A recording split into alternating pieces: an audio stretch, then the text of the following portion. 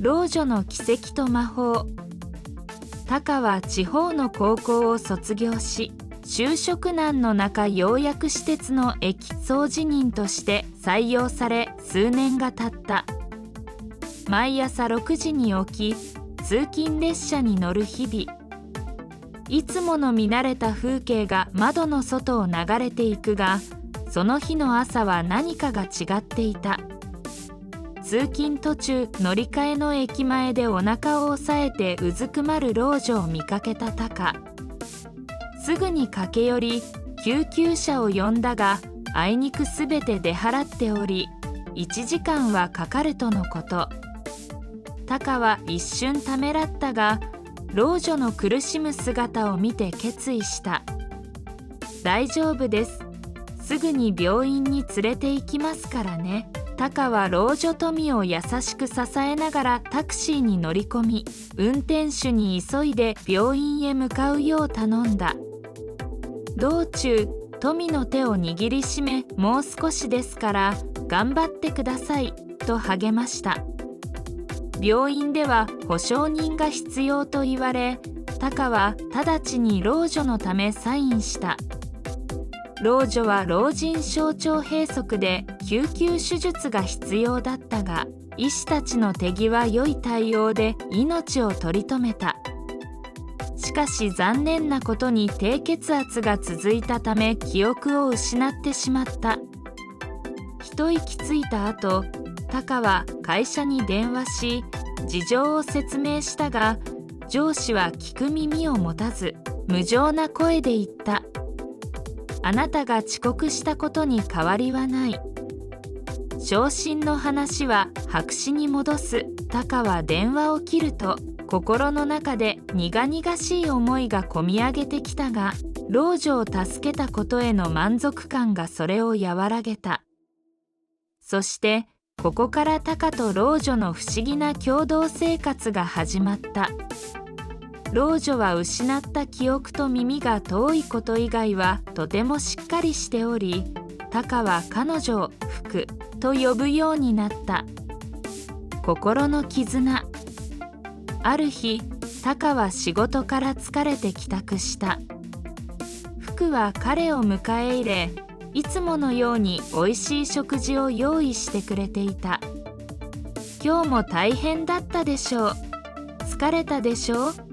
福は優しくタカに尋ねた。タカは微笑みながら答えた。はい、でも福さんの料理があるから頑張れます。福は照れたように笑い、タカの前に食事を並べた。タカさん、あなたがいてくれて本当によかった。最初はただの偶然だと思っていたけれど、今では運命だと感じています。あなたのおかげで私はどこに行けばいいのか途方に暮れるのを免れ、そして生きる希望を取り戻したのです。福の言葉にタカは心が動かされ、涙がこぼれそうになった。僕も福さんがいてくれて本当に良かったです。これからも一緒に助け合い頑張りましょう。タカは老女福の手を握りながら何か不思議な深い絆を感じた。その夜、タカと福はリビングで一緒に映画を見たり、楽しい会話を交わしたりした。彼らの心はますます近づき、不思議な強い絆で結ばれていった。命を救う瞬間。ある日、福がタカに手前の駅で降りて買い物をお願いしたことで、タカは命を救われた。なぜなら、その日、タカがいつも乗る車両で狂人が刃物を振り回し、多くの人を傷つけたからだ。その日の朝、タカは不思議な感覚に襲われた。通勤電車に乗り込むと、彼は突然福の言葉を思い出し、一つ手前の駅で降りて買い物をすることにした。その後、ニュースでいつも乗っている車両で狂人が刃物を振り回し、多くの乗客が負傷したことを知った。タカは冷や汗をかきながら、福さんのおかげで命拾いしたと心の中でつぶやいた。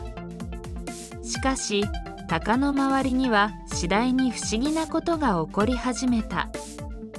四六時中誰かに見張られているような感じがした。また鷹の彼女は鷹が老女と生活し始めると気持ち悪がり、変態と罵り別れてしまった。彼女は涙を流しながら、あなたが老女と一緒にいるなんて耐えられないと言って去っていった。鷹は心の中で寂しさを感じながらも、福との生活に不思議な幸福感を覚えた。ある晩、鷹は福の部屋からかすかな声を聞いた。そっと扉を開けると、福が古い写真を手に涙を流していた。福さん、大丈夫ですか？鷹が声をかけると、福は涙を拭きながら写真を見せた。これは私の家族写真です。記憶が少しずつ戻ってきて、彼らのことを思い出すのです。と福は語り出した。鷹はその話に耳を傾けながら、彼女の辛い過去に心を痛めた。しかしある雷が鳴り響く夜、突然鷹のアパートに落雷が起こり、鷹も福も感電して意識をしばらく失った。不思議な真実。そして2人が意識を取り戻した後、突然福が思い出しましたと叫び鷹を呼んだ。福は涙ながらに語り始めた。昔、私は魔法の国の王女ユカでした。その国は美しい自然と平和な人々で満ちていました。しかし、ある日、邪悪な魔導士たちが私たちの国を襲い、王国を支配しようとしました。私は彼らの魔法にかかり、老女の姿に変えられてしまいました。福は言葉を詰まらせ、再び涙を拭った。私の家族はみんな囚われ、国は混乱に陥りました。私は命からがらこの世界に逃げてきたのです。でも記憶も失い、ただ生きるだけの日々が続きました。やっと最近あなたのおかげで少しずつ記憶が戻ってきて、彼らを助ける方法も思い出してきました。鷹は福の手を握りしめ、決意を新たにした。福さん、僕が一緒に助けに行きます。必ずご家族を救いましょう。鷹のイットな言葉に福は驚き、そして彼の純粋な心に触れた瞬間、彼女の体に変化が突然現れ始めた。なんと福の老いた体は徐々に若返り、やがて美しい魔法使いの王女ユカの姿に戻った。鷹は目の前で繰り広げられる奇跡に息を飲んだ。魔法の国への移行。鷹とユカは現実世界での日々を過ごしながら、少しずつユカの記憶を取り戻していった。